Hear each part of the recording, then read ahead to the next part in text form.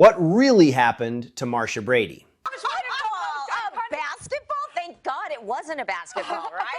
Something was wrong with the girl playing Marcia Brady. The cameras never caught it, the fans never noticed it, but by 14 she was already certain something inside her was going to kill her, and she was right to be afraid. A friendship vanished overnight. Well, I remember my father saying that he was going to turn me into the police. A phone call from one of the biggest directors in the world became the moment her career quietly died. I mean, really, when people come up and say Marcia, Marcia, Marcia to you, do you just want to say... A man in her own family made a promise no daughter should ever hear, and one night, on a balcony in the dark, she nearly ended her life. The face America trusted. You remember her. Friday night, September 1969. 3 channels. The country still bleeding from Vietnam, Nixon in the White House, and ABC needed something clean to sell to American families. They found it in a 12-year-old girl from Encino, California. I thought that I had syphilis and that I was going to die in a mental institution too. Her name was Maureen McCormick. The casting director took one look and knew. She had it. That thing the camera locks onto and won't let go of. They wrote her into a character named Marcia Brady, slotted her into a fake suburban household built on a soundstage in Studio City, and turned the lights on. For the next 5 years, she grew up in front of you, 12 to 17, 5 seasons, 117 episodes. By the time the show wrapped in 1974, an entire generation of American kids didn't see a difference between the girl on the screen and the girl playing her. I destroyed certain jobs. There were some where I was really high, and it was bad. It was really bad. Marcia Brady was Maureen McCormick. The country had decided. What the country didn't know, what nobody on that crew knew, not the director, not the producers, not even the other Brady kids, was that every night when the studio lights cut out and the cars pulled out of the lot, Maureen drove home to a house that had nothing in common with the one she'd just been pretending to live in.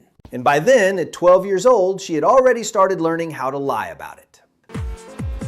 2 weeks ago, I couldn't do that. That's really scary. We did the most simple exercises, and she is sweating and complaining and moaning and begging for it to be done. The house she went home to. 4 kids. She was the youngest. And by 1970, the McCormick household was running on fumes. Her father, by her own account, written years later in her memoir, was abusive. Not the kind that shows up on a face. Well, I remember my father saying that he was going to turn me into the police. The kind that lives in the bones of a kid for the rest of her life. The kind that teaches a 12-year-old to walk into a room and read it like a poker hand before she takes off her coat. Right around the time the Brady Bunch was hitting its stride in syndication, her father started seeing another woman. Her mother knew. The kids knew. Nobody said it out loud. That's how those things worked in 1971 American households. You kept your face still and you set the table. Meanwhile, her older brother was vanishing into heroin. Not experimenting, vanishing. The drug had its claws in him deep, and Maureen, still a kid in pigtails on a soundstage,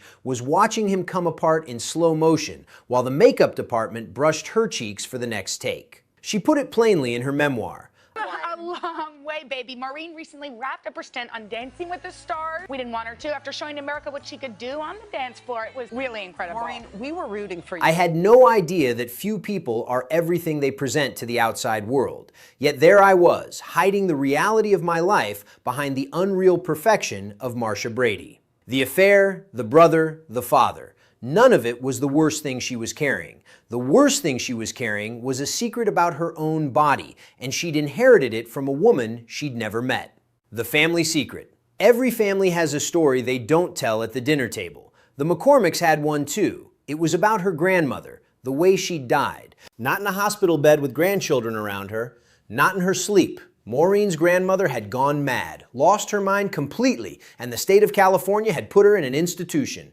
That's where she died, locked up. No visitors at the end, just a chart at the foot of the bed and a cause of death line that the family didn't like to look at. You know, I have to tell you, when I saw your tweets, you know, and what you said, I was so touched because I felt like the real underdog. I felt like... But that wasn't the part that scared a 12-year-old girl. The part that scared her was what was written on that line. Because what killed her grandmother wasn't age, wasn't a stroke, wasn't anything you could blame on bad luck. It was something that ran in families, something her own body might already be carrying, something a child who knew the word couldn't unknow it. The disease in the bloodline. The word was syphilis. If you're old enough to remember when penicillin still felt like a miracle, you know what that word meant before treatment was routine. It didn't just kill you, it took your mind first. Late-stage syphilis eats the brain. It produced an entire wing of American mental hospitals in the early 20th century. Maureen's grandmother died in one of them. And the disease didn't stop with her. Maureen's mother had been born with it, contracted it in the womb, the way some children inherit blue eyes. She survived, she married, she had 4 kids, but the shadow of it never left the house. A basketball? Thank God it wasn't a basketball, right?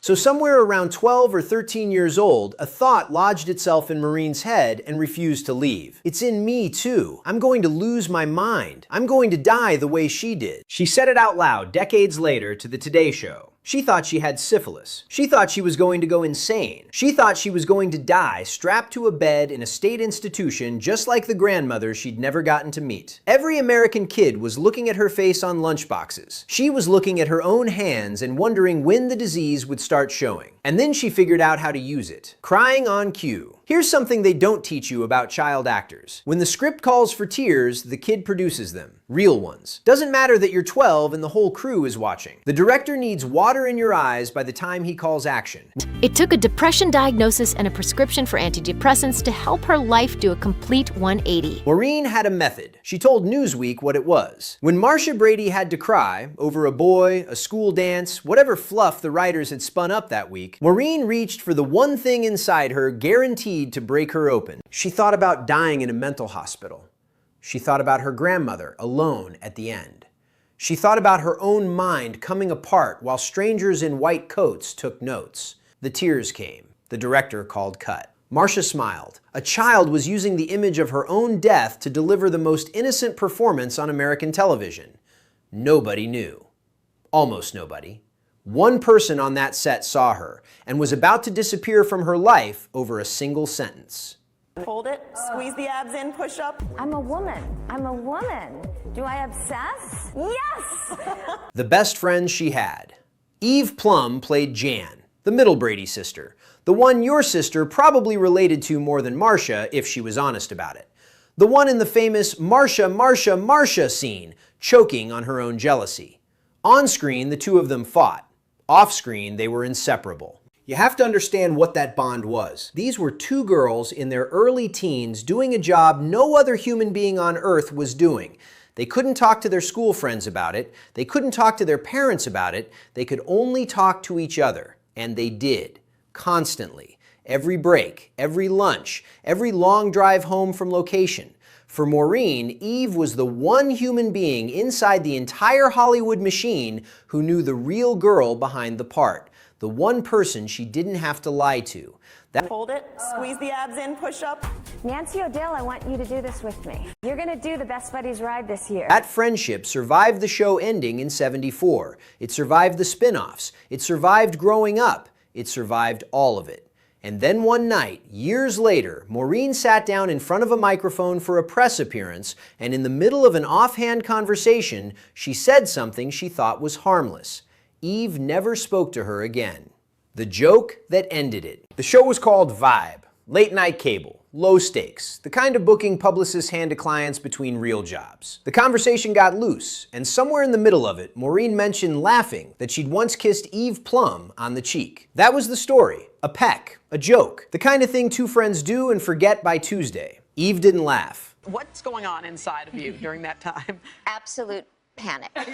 Seriously. I was having fun, Maureen later told the Today Show. I was joking with it, and Eve didn't take it that way. The phone calls stopped going through, permanently. Maureen kept calling, for years, listening to a number she knew by heart ring through to an answering machine that never played back a reply. The phone still hasn't rung. Something broke in Maureen the day Eve stopped picking up. A quiet kind of loneliness moved in, and it found a way out of her in a high school cafeteria, from a sentence that took 5 seconds to say. You know, it's wonderful. It's always wonderful, especially when you feel you've learned things. Yeah. A sentence at a lunch table. The show ended in '74. Maureen was 17. They took the costumes back. The set got struck. And for the first time in her conscious memory, she walked into a real American public high school. Try to imagine that for a second. You're 17, you spent the last 5 years on a soundstage, and now you're walking through a hallway full of teenagers who have watched you grow up on their family room TV. Every locker she passed, somebody knew her face. Every cafeteria table she sat down at, somebody had a question about Greg or Peter or what Mr. Brady was really like. She wasn't a student, she was an exhibit. And somewhere in that cafeteria, in that strange first year of being a regular kid who was anything but, she sat down with a group of girls. That you can share with other people. So I was like 115, 116 when I met with the producers, and now I'm like 106. There was a carton of ice cream on the table, and one of the girls, the way teenage girls say catastrophic things without knowing what they're doing, mentioned that you could eat the whole carton and not put on a single pound. You just had to throw it up after. Maureen, in her own words to People magazine, said it sounded ideal. She had no idea she'd just signed the next 10 years of her life away. The 10-year secret. It took fast. Once I started purging, she told People, it was hard to stop. 10 years. That's how long the bulimia ran. I mean, really, when people come up and say, Marcia,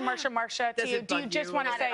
A decade of locked bathroom doors. A decade of knuckles raw from the back of her throat. A decade of acid coming up the same way every time. Eating her teeth from behind where the dentist couldn't reach. A decade of standing on the scale in the morning and hating whatever number came back. And here's where Hollywood comes in. Because Hollywood, in the second half of the 70s, was not done with Marcia Brady. The guest spots kept rolling in. The Love Boat, Fantasy Island, Aaron's Spelling Specials. Every single one of them wanted Maureen in a swimsuit.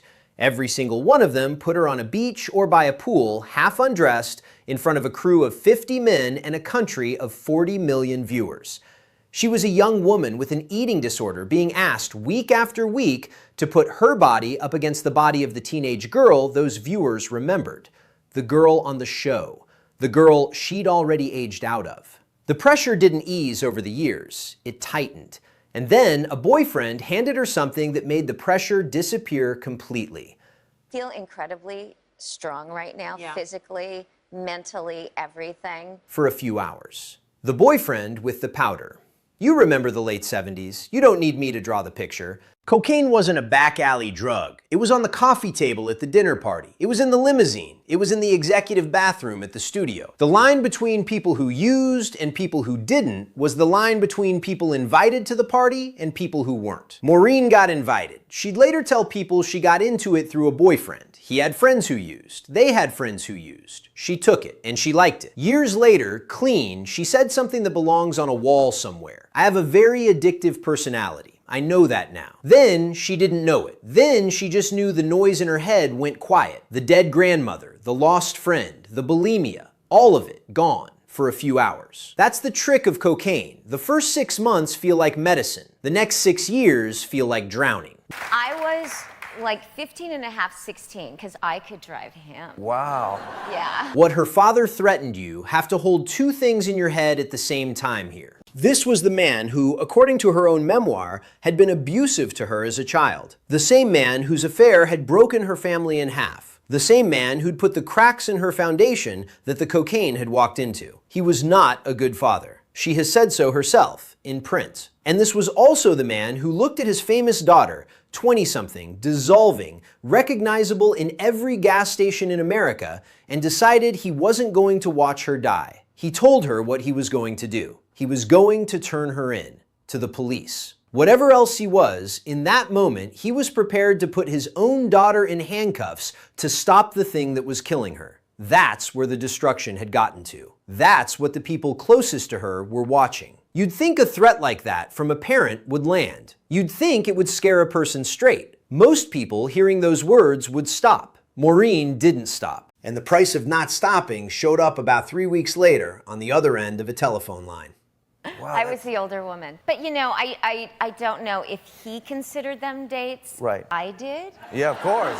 The phone call from Spielberg. You were there for this, you remember. In 1980, going into 81, Steven Spielberg was untouchable. Jaws had already changed the studio system. Close Encounters had landed. He was about to start production on a picture called Raiders of the Lost Ark. Harrison Ford, Lawrence Kasdan script, Lucas producing, a fedora and a whip. You don't need me to tell you what that movie became. Whoever stood next to Indiana Jones in that picture was going to spend the next 10 years being a movie star. And Maureen McCormick, Marcia Brady, got the call. This was the door. This was the thing every former child actor lies awake at night praying for. The grown-up role, the serious picture, the director who could lift her out of the Brady Bunch shadow and into a career. The phone rang. The audition was set. There was one problem. By the time the audition rolled around, she hadn't slept in days. Locked in the closet. She admitted it herself in her own memoir. The week of the Spielberg audition, she was on a cocaine binge, days long, no food, just the powder and the apartment and a body that had stopped knowing what time it was. She walked into that audition wrecked. Spielberg's people saw it instantly. They were polite. They thanked her. The phone never rang again. I destroyed certain jobs, she said later. There were some where I was really high and it was bad. It was really bad. It wasn't a one-off. While filming The Brady Bride, she was scheduled at Paramount for a screen test. She didn't show up. She told Newsweek exactly where she was. I was locked up in my apartment, doing cocaine and playing solitaire in my closet. Marcia Brady, America's golden daughter, sitting on the floor of a closet in the dark. Cards on the carpet. A studio full of men waiting on a door she'd never walk through. Hollywood stopped calling. The balcony. She got married in 1985. From the outside, the worst part looked over. But anybody who's watched cocaine take a friend apart knows the truth. The drug doesn't leave when you stop. It leaves damage. It hollows out the parts of you that make calm and joy and sleep. What it leaves behind is paranoia, anxiety, a depression so heavy you carry it like a second body. That's what she walked into her marriage with. The drug was gone. The wreckage wasn't. One night, the wreckage finished her. She walked through the house, past the furniture, out onto the balcony. She wrote about it later in her own autobiography in language that does not flinch. I walked out onto the balcony and screamed that I was going to jump. I desperately wanted relief, and I saw it down below on the pavement. She did not jump. What pulled her back wasn't God, wasn't a phone call. It was a doctor and one word. One word. The word was depression. For us, for anybody over 50 in this country, that word means something different than it does for the kids today. We grew up in a culture that didn't say it out loud. You didn't have depression in 1972. You had a bad attitude. You had to pull yourself together. Your problems were your fault. By the late 80s, the medicine had caught up. The diagnosis was real, the treatment worked. And when the doctor put that word in front of her, Maureen finally had a name for the enemy. Suddenly, the balcony made sense. The cocaine, the bulimia, the bottomless mornings. Not random, not a punishment, symptoms. She took the medication. She went to therapy. She leaned hard into her faith. One unglamorous day at a time, she started putting her life back together. But there was still one fight left, and the country was about to watch her have it. The woman behind Marcia, 134 words. Celebrity Fit Club, VH1, mid-2000s. On paper, junk reality TV, washed-up celebrities sweating for a tabloid paycheck. For Maureen, it was the first time in a life built on hiding that she walked toward the camera with the truth instead of away from it. She signed on as a woman quietly bulimic for most of her adult life. She fought the thing publicly. She beat it. 38 pounds, the honest way. She won the war that had started at a lunch table half a lifetime earlier. The friendship with Eve Plum never came back. Some losses, even surviving, doesn't close. But Maureen has done with the back half of her life what Marcia Brady was never allowed to do on screen. She has told the truth about all of it. The cocaine, the bulimia, the balcony, the syphilis fear. The girl who once thought she'd die in an asylum is now the woman keeping other people alive by telling them what almost killed her. That's what really happened to Marcia Brady. If this story stayed with you, do one thing. Share it with somebody who needs it. Not for me, not for the algorithm. Somebody you know is standing on their own balcony tonight. And Maureen's story is proof that the next chapter is still possible. There are other Hollywood lives like this one. Faces you grew up with. Stories you were never told. They're on screen right now. Pick one. Stay a little longer. Every one of these is worth the time.